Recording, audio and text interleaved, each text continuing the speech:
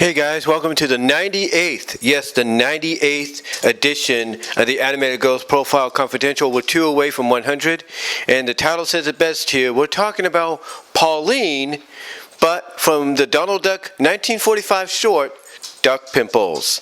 Now, in Duck Pimples, she also referred to herself as Mabel, but Disney pretty much came out and made it official that her name is Pauline. Now, Pauline, even though she only made like 1 or 2 appearances throughout the history, throughout her history, I should say, with Disney, the other being in an original animation for the DTV Monsters hit special that I think aired on NBC back in the 80s. Pauline was basically, as you know, some of the fandom wikis and all that describe, a poor girl who lost her pearls. Long story short, she comes from a whodunit mystery book that, you know, basically the characters in that book in the Duck Pimples short come to life. Basically, it's a rainy day or a rainy night.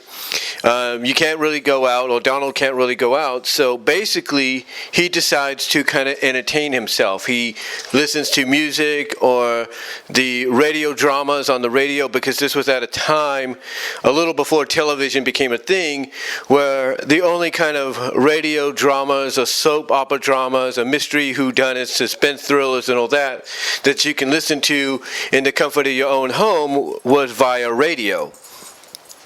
Anyway, though, he starts to let his imagination run wild to the point that he's approached by this salesman who's selling all these books and everything, and one of them he just happens to read, and that's when the characters, you know, out of the book start to come to life, because, you know, he's letting his imagination, you know, run extremely wild out of boredom. And one of them, of course, is Pauline. And Pauline is, you know, when she comes to life, the first thing she starts doing is searching all over for her pearls, you know, trying to find them and everything.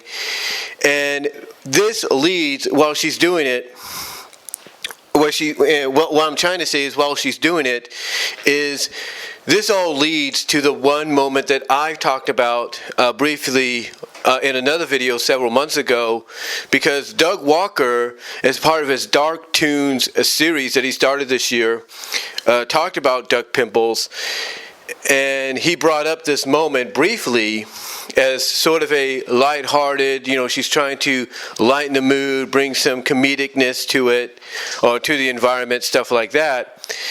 Basically, when Pauline is looking for her pearls, this leads to her actually thinking she found them, but they actually turn out to be pearl-inspired handcuffs on the detective, Patty the cop, as he's called. And so what does she do? Does she keep looking elsewhere? Well, yeah, but the next place she looks is under the detective Patty's trench coat. Yeah, she goes under his trench coat. What she does basically is she lifts up the trench coat and climbs under it.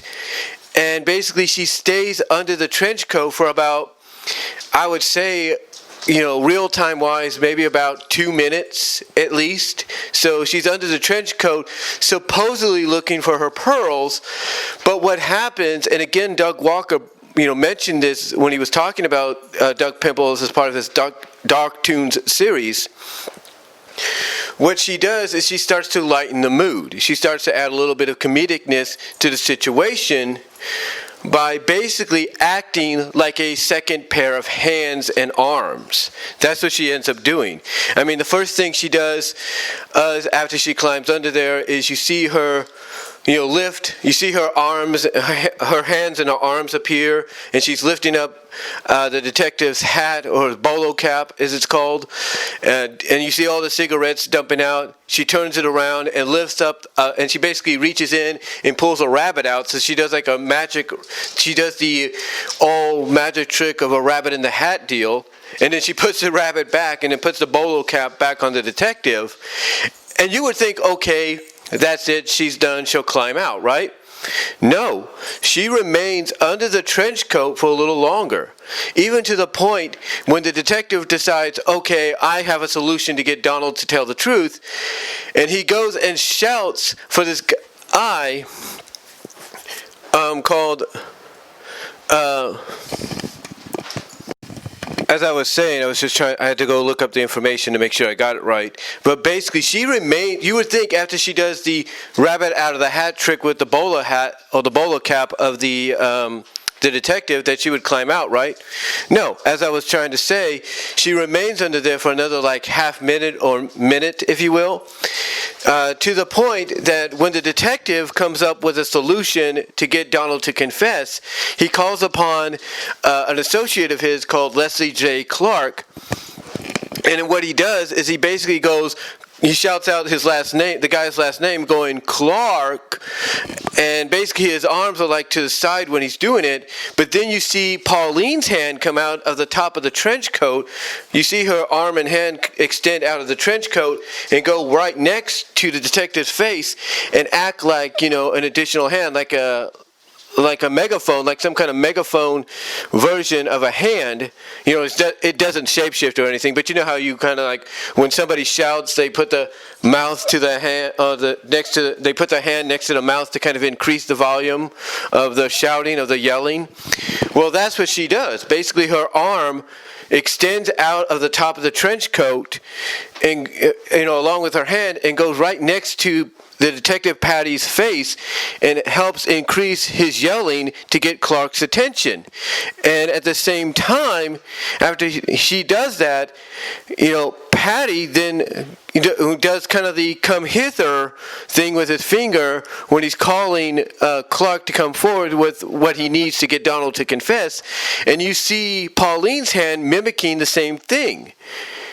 And then when Clark shows up and removes his hat, and, you know, the detective pulls out a business card, the next thing is you see Pauline's hands, both of them, both her arms and hands come out, and one is going under the detective's chin and scratching it, if you will, while the other is putting a set of glasses on his nose so he could read the business card. And that's pretty much it. Afterwards, you see her fully, you see like a upper half, head, arms, and all that pop up from the top. And then that's about it and everything. But she does still remain under the coat for at least a little bit longer, but you start seeing all of her. You start seeing the rest of her emerge. Like from the top, you see the upper half of her body appear at the top. You see her upper half appear at the bottom of the coat, and then I guess she climbs out. So, yeah, basically, for about, I would say 2 minutes, and I know I'm going on this, you know, a lot because I'll be honest, it's one of my favorite scenes, and I'm sure it's a lot of other people's favorite scenes. But for about 2 minutes, in my opinion, a little around, if not over 2 minutes, she is not seen because she's acting like she's basically making the scene a little bit more hilarious. And what's hilarious about it, and what's the joke about it, is that Donald is neither Donald nor the detective, Patty that is, are aware that she's under the coat, because Patty's thinking, you know, because when he doesn't see her around, he's thinking, where did she go? Oh my gosh, she's kidnapped. And he's thinking Donald has something to do with it, not aware that she's hiding under his trench coat. And that's the joke. Neither he nor Donald are aware of that, even though we as an audience can see clear as day her arms sticking out and doing all these different movements. And that's where the hilarity and the lightheartedness and the comedicness of the situation comes into play, because we as a viewer, as the audience, we see what's happening, but the characters involved don't, which is really funny. And I've always joked about the fact, like, well, why did she do this? You know, besides like what Doug Walker said in his Dark Toons review of it, or his overview of it, why would she do this? You know, and I've always joked, I wonder when she climbed under there if she's somewhat, you know, merged with him, like she got absorbed into his body Audie, in a desperation to find her pearls, that she allowed herself to merge with the detective's body and become one with him temporarily. Because when she climbs under there, you see like these two little round lumps that represent her. Then you see her legs stick out a little bit in the bottom, but then the coat goes flat. It's like when the detective's moving a little bit, the lumps suddenly that represent Pauline, under the trench coat go flat, and it's looking like she's become a part of him. And just the way her arm movements are utilized while she's under there, it makes it look like, she's merged with him. She's become one with him or something like that. And again, though, the joke, the hilariousness about it that we get as an audience is that nobody sees, is that we as an audience, I'm trying to say, we see what's happening, but neither Donald nor the detective see what's going on because, well, basically, that's the joke. Now, Pauline, after this, after Duck Pimples and everything, we do find out who stole the pearls. It's actually the detective who's a crook and everything. He's actually a crooked detective, a crooked cop, if you will. We do see Pauline, like I said, appear one more time. She appears in, as I mentioned earlier, an original animation for the Disney Monster Hits special that aired on NBC in the mid '80s. It's an original animation with her and some of the other characters from Duck Pimples, as well as the Disney version of Witch Hazel. And that's basically the last time she's around. Now, what's funny about this is her design in Duck Pimples, according to various sources, depending on who you believe, actually inspired certain other characters' designs in the long run. Some say she inspired the design and the name for Pauline in the Donkey Kong series, who was always captured by Donkey Kong and Mario had to go rescue. Like I said, some people credit her design in Duck Pimples and her name as being inspiration for the Pauline character in the Donkey Kong series that gets captured and has to be rescued by Mario. But she's also inspiration for someone else, and I'll get to that character when I do. But anyway, though, this character actually is a very funny character. I mean, the moment she arrives on the scene, she's just going all over the place. She's just opening drawers and everything, tossing things around, trying to look for her pearls. And again, what adds to the hilarity, like Doug Walker put it, is she ends up going as far as to climb under the trench coat of the detective, the crooked cop, or the eventual crooked cop, Patty, just to look for her pearls, going as far as to make sure that there's no, evidence or acknowledgement that she's there. She acts like a second pair of arms for Patty. She basically acts like a second pair of arms that we as an audience, like I said earlier, catch on as being the joke, because neither Donald nor Patty see what's going on, nor does Leslie J. Clark when he pops up.